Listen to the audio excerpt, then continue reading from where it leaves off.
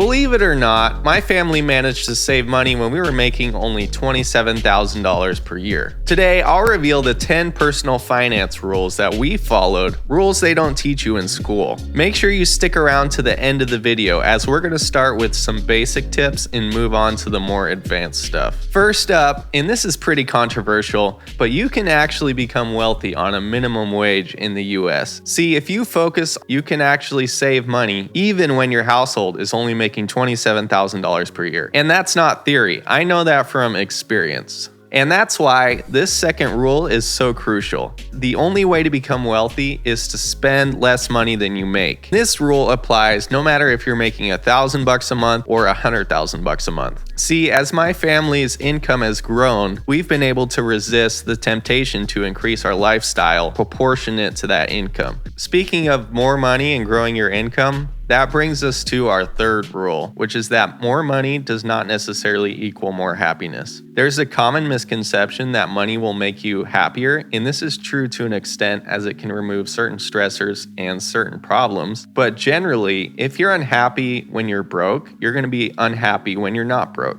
Okay, so rule number 4, and that is that understanding compound interest is key. I know a lot of us have seen in school that exponential curve where if you invest a little bit of money, it ends up to be a lot, but the inverse is actually true as well, where if you have a little bit of credit card debt, that eventually can add up to a ton of money that you pay over the course of time. And that's why this rule is actually so important, because it helps us understand that in order to be wealthy, we really need to avoid high interest debt, like credit cards or payday loans, for example. Now, for the 5th rule that they don't teach you in school, it is that you need to count the true cost of college. I know for most of us that are out of school now, we probably had it hammered into our heads that the only path to success in life was to go to college. So I'm sure you can relate to the pressure put on you by teachers, peers, parents, grandparents, but actually in recent years, it's becoming less and less compelling to go to college as the cost of getting a degree has continued to go up, while the starting salaries for those degrees have not kept up with the cost. And in fact, I was going to college for a degree in math, and I put a pause on my degree a few classes shy of graduation when I ran out of scholarships. I will continue that degree when I feel that not having a degree limits my opportunities. For me, that day still has yet to come. Just in case you're curious, I currently work as a data analyst and data engineer. Okay, so let's change gears for rule number 6. And this is one of my favorite rules, as new cars lose a ton of value in the first few months, few years that you own them. And buying a new car usually requires you to take on more debt and also pay way higher insurance costs than having an older vehicle. My wife and I finally got a second vehicle now almost 4 years after our wedding. Up until now, we've just had a single 2006 Toyota Tacoma that I've only put $2,000 worth of repairs into since 2015. Just trust me, you do not want a new car. And in fact, if you're watching this and you have experience of having a new car and having it break down, please put that story in the comments, because I'm out to show people that having a new car is not always more reliable than having a used car. So moving on to rule number 7, use insurance as a tool and not as an investment. Okay, so this is how I think about insurance. Aside from having the minimum legal insurance on your car, basic health insurance, I only insure things that I can't afford to lose. So for example, I have some life insurance on myself and my wife. So if one of us passes away, the surviving member will be able to pay the bills.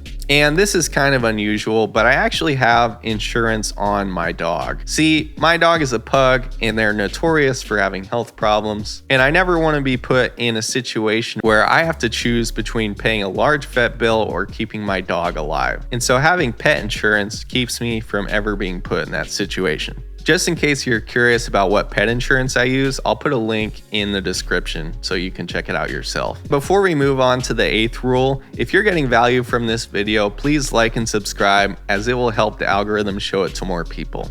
Moving on to the 8th rule, which is a broader economic concept, but it's still important. All fiat currencies, like the US dollar, are eventually worth nothing. So what this means for us is that if we kept all of our money in a bank account, eventually that bank account would have absolutely no value. It would be worth nothing. And the reason for this is that for every currency that's not attached to a physical asset, debt and inflation occur naturally, and they slowly lower the value of this central currency until eventually it's worth nothing. So this rule is an important reminder for us to keep our life savings in vehicles and accounts that are earning interest. Even certain savings accounts now are pretty good investments, with some of them earning up to 5%. If you're curious about these savings accounts, I'll also link how you can get one of these in the description. Continuing on the thread of investing, which they really don't discuss too much in school, this will bring us to rule number 9.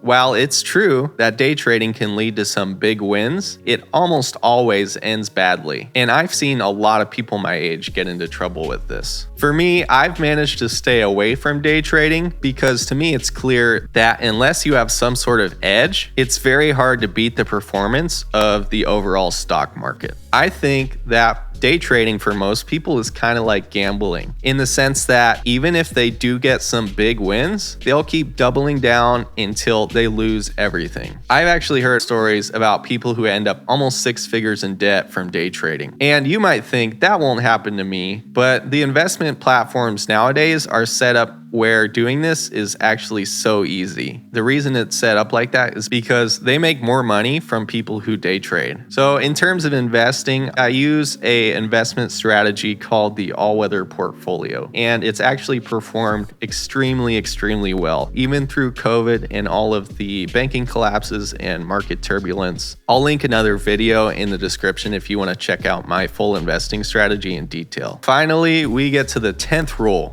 which is do not listen to financial advisors blindly. What a lot of people don't know about financial advisors is they actually work on commission. So almost always there are certain products that they are incentivized to sell, because if you invest with those products, they make more money than oftentimes what the best investments are. And because of this rule, I actually have never used a financial advisor. I believe that it's really important for everybody to understand what is happening with their money. You need to be digging down and understanding all of the layers of management fees that you're paying and how they might be preventing your investments from matching even the performance of the overall stock market. Most Americans are really getting ripped off when it comes to investment fees. If you want to hear more about how to avoid some of these fees, again, I have my full investing strategy video linked in the description. But thank you for watching.